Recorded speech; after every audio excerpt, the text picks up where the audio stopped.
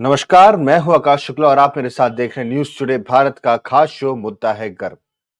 मणिपुर विधानसभा जिसको अब तक जिसका विधानसभा सत्र शुरू हो जाना चाहिए था, लेकिन वो लगातार टलता जा रहा है। एक बार नहीं, दो बार नहीं, बल्कि तीसरी बार। फिलहाल अभी सिर्फ खबरें हैं कि शायद 29 तारीख से 29 अगस्त से ये सत्र शुरू हो सकता है। लेकिन जिस हिसाब से मणिपुर विधानसभा सत्र जो गवर्नर को बुलाना चाहिए था, जो कि मिनिस्टर्स जिस हिसाब से रिक्वेस्ट करते गवर्नर से कि आप विधानसभा सत्र को बुलाइए, उसके बावजूद गवर्नर ने 2 बार इसको टाला। इससे साफ तौर पे क्या सबसे बड़ा सवाल ये निकल के सामने आता है कि क्या मणिपुर की स्थिति आज भी बिल्कुल भी नहीं सुधरी है? क्योंकि अगर विधानसभा सत्र होगा तो कई तरह की बातें सामने आएँगी। कई तरह की बातें जो अभी तक लोगों के बीच नहीं आ रही हैं, भले ही इंटरनेट बंद है या फिर वहाँ की खबरें नहीं आ रही। विधानसभा सत्र की खबरें पूरे देश भर में देखी जाएगी। वहीं दूसरी तरफ इसी बीच एक सवाल और सामने आता है कि अगर मणिपुर विधानसभा सत्र गवर्नर मना कर रही हैं, तो इसका मतलब कि राज्य सरकार तो चाहती है कि सत्र की शुरुआत हो, लेकिन केंद्र सरकार हो सकता है कि गवर्नर के इस एक्शन के पीछे शायद केंद्र का इशारा हो कि अभी ये सत्र शुरुआत नहीं होना चाहिए। इसी तरह के और भी सवालों के साथ आज हम चर्चा करेंगे और हमारे साथ पैनल पे इसी बात की चर्चा के लिए मौजूद हैं वरिष्ठ राजनीतिक विश्लेषक नीलम चौधरी जी। नीलम जी, आपका न्यूज टुडे भारत पर बहुत-बहुत स्वागत है मैम। नमस्कार। हमारे साथ कांग्रेस से डॉक्टर सुधा मिश्रा हैं और बीजेपी से अनिल गोयल जी हैं। आप सभी का न्यूज टुडे भारत पर बहुत-बहुत स्वागत है। मणिपुर में सबसे पहले आज मैं गोयल जी के पास चलूंगा, क्योंकि ये जो मणिपुर की स्थिति है, कुछ मैं गोयल जी से ही जानना चाहूंगा कि आखिर ऐसी क्या वजह है कि जो सत्र है विधानसभा सत्र, जो कि 6 महीना पूर्ण होने से पहले बुला लेना चाहिए, उसे 3 बार टाला जा चुका है। वहीं दूसरी चीज, क्या केंद्र सरकार और राज्य सरकार में कोई जो होता नहीं है कि एक स्मूथ कम्युनिकेशन होता है, उसमें कुछ प्रॉब्लम है और कुछ खिटपिट टाइप का चल रहा है? गोयल जी, अपनी बात कहिए। आकाश जी, पहली बात तो ये कि केंद्र सरकार और राज्य सरकार में कहीं भी कोई किसी किस्म का विवाद नहीं। हमारी प्राथमिकता पहले वहां पर कानून व्यवस्था लागू करने की है, शांति लाने की। और निश्चित तौर पर उसके अंदर काफी हद तक हमें सफलता भी मिल रही है। मणिपुर पहले के मुकाबले पर शांत है। निश्चित तौर पर जब मणिपुर अशांत था, पूरी केंद्र सरकार भी चिंतित थी, राज्य सरकार भी चिंतित थी। इसलिए हम पूरी सतर्कता के साथ में सत्र को बुलाना चाहते हैं। और जैसा कि आप ही ने बताया, 29 अगस्त से सत्र शुरू हो सकता है, तो इसकी भी संभावना को नकारा नहीं जा सकता। लेकिन हमारे लिए सबसे पहली प्राथमिकता मणिपुर में शांति की है, मणिपुर के लोगों की सुरक्षा की है।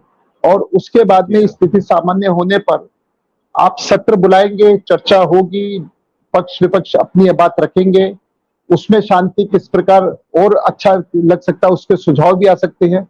हो सकता है बहुत महत्वपूर्ण सुझाव आए जिससे कि मणिपुर के हित में हो। और ये बहुत जरूरी भी है। लोकतंत्र के अंदर बहुत लंबे समय तक किसी भी सत्र को रोकना, विधानसभा के सत्र को रोकना उचित नहीं है, लेकिन परिस्थितियों के अनुसार ही चलना भी सबसे बड़ा जरूरी है। और इसके लिए केंद्र सरकार, राज्य सरकार दोनों मिलकर के शांति स्थापित हो, मणिपुर पटरी पर आए और मणिपुर के अंदर जो भी कुछ हुआ है वो उसकी पुनरावृत्ति ना हो। और कैसे ठीक हो सकता है, अभी बहुत बड़ी समस्या उनको पुनर्वास करने की भी है। अभी वहां की जो अपने सुप्रीम कोर्ट ने जो गीता मित्तल जी की सदस्यता में, अध्यक्षता में कमेटी गठित करी, उसने भी बहुत से सुझाव सरकार को दिए हैं। उन सुझावों को किस तरीके से पालन करना है, किस तरीके से उसको लगा जाए, आज वहां पर जो शव है उनकी पहचान भी किस तरीके से कराई जाए, किस किस को उनके परिवारों को सुपुर्द किया जाए, ऐसी बहुत सी समस्याएं हैं जो इस टाइम मणिपुर के अंदर अभी भी विराजमान हैं। लेकिन दोनों सरकारें तत्परता पूर्वक इस समस्या के समाधान में लगी। जी, धन्यवाद सर। मैं गोयल जी, नीलम जी की बात पे आपको क्या कहना है? फिर मैं दूसरे सवाल पे आता हूँ। नहीं, नीलम जी की अपनी टिप्पणी हो सकती है, नीलम जी की अपनी सोच हो सकती है, लेकिन अभी नीलम जी ने ही जो सारी जानकारियां दी कि कुकी समाज नहीं चाहता, उन्होंने विधानसभा सत्र का बहिष्कार करा, नागा समाज ने इसका बहिष्कार करा, इनके समाज के जो लीडर्स हैं ये बहिष्कार कर रहे हैं। तो प्रैक्टिकल बात यह कि अगर दो प्रमुख बहिष्कार कर रहे हैं तो सत्र का औचित्य क्या रहेगा? सत्र का औचित्य तो रहता है सभी जने मिल करके उसके साथ बैठे, समस्या पर चर्चा करें, समस्या पर समाधान की बात करें, पक्ष विपक्ष दोनों अपने अपनी बातों को रखें। तो निश्चित तौर पर सरकार का इस तरफ भी ध्यान होगा कि किसी तरीके से भी अगर सत्र बुलाया जाए तो सभी जो पक्ष है वो उस सत्र में बैठे, उस सत्र में अपनी बात रखें। और अगर ये बिल्कुल ही इस तरह की चीजें होंगी तो निश्चित तौर पर अभी वहां पर वो ठीक है कि हम ये बात कह रहे हैं कि पहले से शांति है, पहले के मुकाबले पर बहुत कुछ कंट्रोल करा गया है, लेकिन अभी भी 100% कंट्रोल स्थिति नहीं है। यानी इसलिए फूक फूक करके कदम रखना, सोच सोच के कदम रखना, एक एक कदम को सोच रखने के बाद में आगे की भविष्य की सोच करके कि कहीं हालत फिर खराब ना हो जाए, किसी भी के भी हितों को चोट ना पहुंचे, किसी के मन को आघात ना पहुंचे। अब मानो सपोज करो कि अगर कुकी समाज और नागा समाज के नेताओं ने बहिष्कार की बात करी है, उधर सत्र बुला लिया जाता है तो निश्चित तौर पर उनको ठेस पहुंचेगी। तो इससे वातावरण सुधरने की जगह वातावरण बिगड़ने की संभावना अधिक है। और मैं जो पहले भी कह चुका हूं, सरकारों का काम होता है कि किसी भी तरीके से शांति व्यवस्था लागू करके फिर मणिपुर के विकास की बात करी जाए, मणिपुर के हित की बात करी जाए, मणिपुर में जो कुछ हुआ है उसकी पुनर्वास की बात करी जाए, उसको ठीक करने की बात करी जाए। तो निश्चित तौर पर सरकार हर पक्ष पर सोच करके फैसला लेगी। सरकार सिर्फ सत्र बुलाना है यही सोच करके नहीं, सत्र बुलाने में भी क्या नफा है, क्या नुकसान है, और किस तरीके से अगर 2 दिन बाद भी बुलाया जाए, 10 दिन बाद भी बुलाया जाए, लेकिन सारी प्लानिंग से बनाया जाए, सबसे बात करके बुलाया जाए, सबकी सहभागिता हो, तो निश्चित तौर पर सत्र बुलाने का औचित्य भी होता है और उसका पूरा लाभ मिलता है। और मैं एक बात जरूर, विपक्ष को अधिकार है हर बात पर संशय करने का, हर बात को शक की निगाह से देखने का, विपक्ष का अधिकार है, विपक्ष इसको शक की निगाह से देख रहा है, देखे। लेकिन मेरा एक सुझाव जरूर है, शक में भी पॉजिटिव संभावनाओं को जरूर ध्यान में रखना चाहिए। और जब हालात बेकाबू हों तो बेकाबू हालातों पर हम पॉजिटिव चर्चा करेंगे, पॉजिटिव चलेंगे, तो निश्चित तौर पर हमारा भी गिलहरी प्रयास होगा कि उस गिलहरी प्रयास से मणिपुर की शांति के अंदर भी हमारा एक शब्द या 2 शब्द ऐसे निकले जिससे कि मणिपुर की शांति की तरफ हमारे कदम बढ़े। आज देश के प्रत्येक व्यक्ति का फर्ज बनता है कि मणिपुर जो शांति की तरफ चल रहा है और तेजी से चले, और किसी भी कीमत पर वहां पर हिंसा ना भड़के या हालत ज्यादा खराब ना हो। जी सर, मैं डॉक्टर सुधा मिश्रा के पास चलूंगा। आप अभी आप एक क्वेश्चन कर रहे थे, आप कोई क्वेश्चन कर रहे थे, क्या क्वेश्चन था?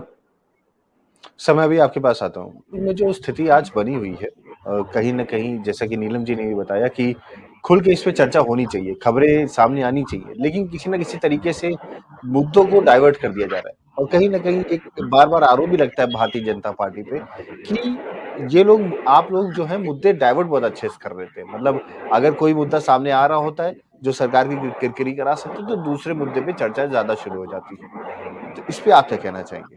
नहीं, मैं बिल्कुल बोलना चाहूंगा। पहली बात तो यह है कि मणिपुर पर जब चर्चा होती है और विपक्ष वॉकआउट कर देता है तो मणिपुर पर कितना गंभीर है वो इस बात से साफ जाहिर है। दूसरा, ये अभी नीलम जी ने कहा कि मीडिया ट्रायल ये विषय भटकाने की बात करते हैं। आप तो ये जो आज बड़ा मेन खबर बनी हुई थी, वो खबर बनी हुई थी कि सीएम नीतीश कुमार जी का काफिला गुजरना था, 2 एम्बुलेंस रोक दी गई, एम्बुलेंसों में लोग, मरीज गंभीर हालत में थे, बार बार रिक्वेस्ट करने पर उनकी जान को खतरा है, उसके बावजूद भी उन एम्बुलेंसों को रखा गया और सीएम साहब का काफिला। ये जो व्यवहार रहा है सीएम साहब का, नीतीश कुमार जी का, जो इनके घमंडिया गठबंधन का नेतृत्व कर रहे हैं, यानी कितनी मतलब असंवेदनशीलता है कि आप ये सोचें कि लोग एम्बुलेंस में हैं, एम्बुलेंस को भी नहीं निकलने दिया जा रहा कि सीएम साहब का काफिला निकलेगा। अब इसमें सरकार का कौन सा रोल है? सरकार ने कह दी कि बिहार के सीएम साहब की तुम्हें एम्बुलेंस रोक करके गाड़ी को निकालना है, एम्बुलेंस को रोक के रखना है, लोग मरते मरने दो। लेकिन आपके या नीतीश कुमार जी सरकार के इशारों पर चल रहे हैं। तो निश्चित तौर पर ये जो ध्यान बटाने का मामला है, सरकार ध्यान बटाने काम नहीं कर रही है।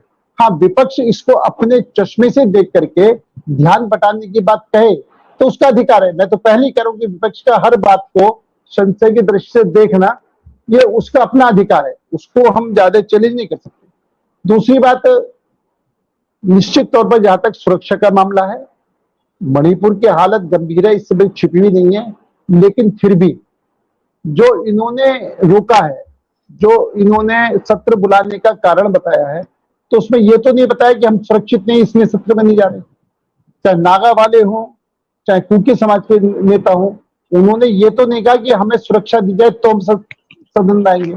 इसलिए उनकी सुरक्षा ना सुरक्षा सवाल नहीं है, वो उनकी अपनी क्या परिस्थिति है, किन परिस्थितियों में वो नहीं आना चाहते, क्या मजबूरियां हैं, वो सरकार उस पर स्टडी करके उसको दूर करके चाहती है कि सत्र एक साथ बुलाया जाए। और जैसा नीलम जी ने अभी कहा है कि सत्र बुलाया जा रहा है 29 अगस्त को, तो ये सब बातें सरकार पूरी तरह से गंभीरता से लगेगी। और दूसरी तरफ हम सरकार की तरफ से कहीं कोई देरी नहीं हुई है।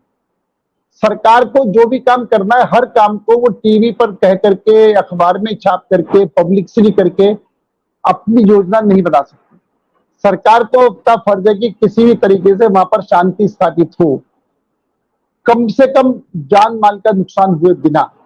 वहां पर यह नहीं है कि हम फौज भेजकर सीधा गोली चलवा देंगे, उससे कोई समस्या का समाधान नहीं है, वो हमारे नागरिक है। तो इसलिए उसको किस तरीके से समस्या का समाधान करा जाए, सरकार उस पर गंभीरता पूर्वक काम कर रही है और निश्चित तौर पर रिजल्ट आ रहा है। अभी आपने कैग रिपोर्ट का जिक्र करा, गडकरी जी का जिक्र करा, स्पष्ट तौर से जितनी भी सड़कें बन रही हैं, सब में किसी में 12%, किसी में 5%, किसी में 7%, किसी में 20% खर्च की कटौती करके सड़कें बन रही हैं। कैग की जो रिपोर्ट है, जो उसने रिपोर्ट दी है, वो निश्चित तौर पर अगर कोई सड़क 500 किलोमीटर पड़नी है तो 500 किलोमीटर सड़क पर कुछ हिस्सा ऐसा भी होता है जहां पर टनल बनने होते हैं, जहां पर फ्लाईओवर बनने होते हैं, कुछ ऐसा होता है जो प्लेन होता है, यानी कुछ हिस्सा ऐसा होता है जो कम खर्चे में काम होता है, कुछ हिस्सा होता है जो ज्यादा खर्चे में काम होता है। अब आप 500 किलोमीटर एवरेज लगाकर जहां ज्यादा खर्चा उसको दिखा करके आप अगर शो करेंगे तो निश्चित तौर पर आप जो है उस रिपोर्ट के साथ न्याय नहीं कर रहे हैं। आप उस रिपोर्ट के अंदर मानो 500 किलोमीटर सड़क बनी है और उसमें जो भी उनका बजट पास हुआ है उसमें भी 10-12% की कटौती के बाद में सड़कें बन रही है, जो कि रिकॉर्ड है, लेकिन उसको तोड़ मरोड़ कर पेश करना, तो ये सब बातें हैं। जी सर, थैंक यू सर। जी सुंदर जी, मैं गोयल जी के पास चलूंगा। गोयल जी, आप 2 मिनट में अपनी बात कंप्लीट करिएगा और फिर मैं नीलम जी से कंक्लूजन लेता हूँ। जी गोयल जी। नहीं, मैं तो एक बात कहता हूँ कि नंबर एक, मैकी समाज के नेताओं ने सत्र बुलाने की डिमांड करी, ये नीलम जी के अनुसार ही मैं बात कर रहा हूँ, और कुकी समाज और नागा समाज के लोगों ने ही इस सत्र में हम भाग नहीं लेंगे उसको उन्होंने कहा है। सुधा जी ने सुरक्षा का मुद्दा उठाया तो मैंने कहा, उन्होंने ये नहीं कहा कि सुरक्षा की वजह से हम नहीं आ रहे, क्या कारण है वो बता सकते हैं। तो निश्चित तौर पर एक तो यह है कि कोई सुरक्षा का कारण है ऐसा उन्होंने नहीं कहा। दूसरा, प्रधानमंत्री जी ने एम्बुलेंस को जाने दिया, उसने थैंक्स बोला या नहीं बोला वो उसकी मर्जी है। कोई थैंक्स बोलने के लिए काम नहीं होते, काम है, हमारा काम है काम करना, हमारा काम। सुधा जी, आप बात को तोड़ मरोड़ रहे हैं। विषय क्या है कि एम्बुलेंस के अंदर मरीज बैठी हुई है। नहीं, बात सीधी है। एम्बुलेंस कैसे पहुंची? ना, मेरी बात सीधी थी, कोई नहीं, मैंने कुछ नहीं, मेरा सीधा लाइन है। उस रास्ते में एम्बुलेंस कैसे आई थी, मैं बस इतना जानना चाह रही थी। हमें क्या पता कैसे आई थी, हम तो बिहार के अंदर, तो फिर कैसे आपको मालूम चल गया वहाँ कैसे हुआ था? फिर वही बात, फिर आपको कैसे पता कि वहाँ पे क्या हुआ? थैंक यू अनिल भाई, धन्यवाद अनिल भाई, धन्यवाद। सुधा जी, ऐसा नहीं, आप टीवी देखें, आज पुलकित मीडिया की रिपोर्ट में मैं खुद ये बात करूंगा, आज मीडिया रिपोर्ट में सारे दिन ये चला है कि सीएम, प्रधानमंत्री जी के एम्बुलेंस का कई दिन चला था, मैंने भी देखा था।